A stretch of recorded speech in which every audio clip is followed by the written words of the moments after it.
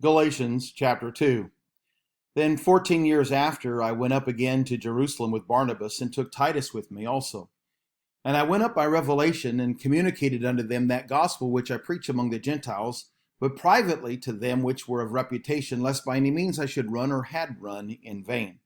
But neither Titus, who was with me, being a Greek, was compelled to be circumcised, and that because of false brethren unawares brought in, who came in privily to spy out our liberty which we have in Christ Jesus, that they might bring us into bondage, to whom we gave place by subjection, no, not for an hour, that the truth of the gospel might continue with you.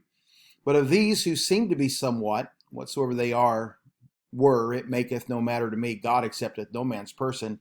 For they who seemed to be somewhat in conference added nothing to me, but contrariwise, when they saw that the gospel of the circumcision was committed to me, as the gospel of circumcision was committed unto Peter, for he that wrought effectually in Peter to the apostleship of the circumcision, the same was mighty in me toward the Gentiles.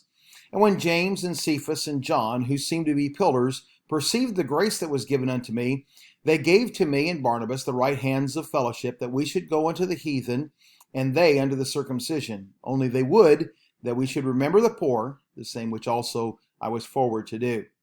But when Peter was come to Antioch, I withstood him to the face, because he was to be blamed. For before that certain came from James, he did eat with the Gentiles. But when they were come, he withdrew and separated himself, fearing them which were of the circumcision. And the other Jews dissembled likewise with him, insomuch that Barnabas also was carried away with their dissimulation. But when I saw that they walked not uprightly according to the truth of the gospel, I said unto Peter before them all, If thou, being a Jew, livest after the manner of the Gentiles, and not as do the Jews, why compellest the Gentiles to live as do the Jews, who are Jews by nature, and not sinners of the Gentiles, knowing that a man is not justified by the works of the law, but by the faith of Jesus Christ? Even we believed in Jesus Christ, that we might be justified by the faith of Christ, and not by the works of the law. For by the works of the law shall no flesh be justified. But if while we seek to be justified by Christ, we ourselves also are found sinners, is therefore Christ the minister of God, minister of sin? God forbid. For if I build again the things which I destroyed, I might make myself a transgressor.